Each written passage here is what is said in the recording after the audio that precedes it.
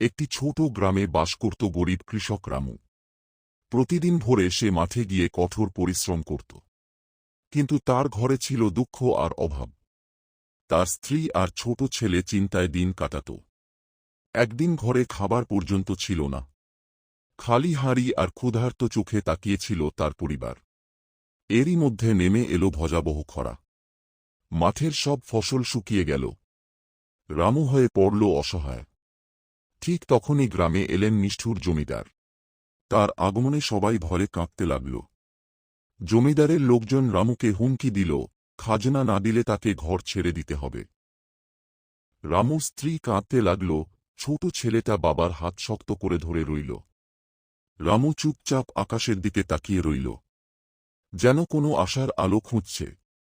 হঠাৎ একদিন আকাশ ভেঙে বৃষ্টি নামল। শুকনো মাঠ আবার সবুজ হয়ে উঠতে লাগল। ধীরে ধীরে ফসল ভালো হল, আর রামুর ঘরে ফিরে এলো সুখ। তার পরিবারে আবার হাসি ফুটল। শেষে রামু সাহস নিয়ে জমিদারের সামনে দাঁড়াল। জমিদার বুঝতে পারল, পরিশ্রমই আসল শক্তি। অন্যায় করে কাউকে দমিয়ে রাখা যায় না। গ্রামের সবাই নিঃশব্দে তাকিয়ে রইল। জমিদার কিছু বলতে পারল না। তার অহংকার ভেঙে গেল। সেই দিন থেকে গ্রামে শান্তি ফিরে এল। রামু তার পরিবার নিয়ে সুখে শান্তিতে জীবন কাটাতে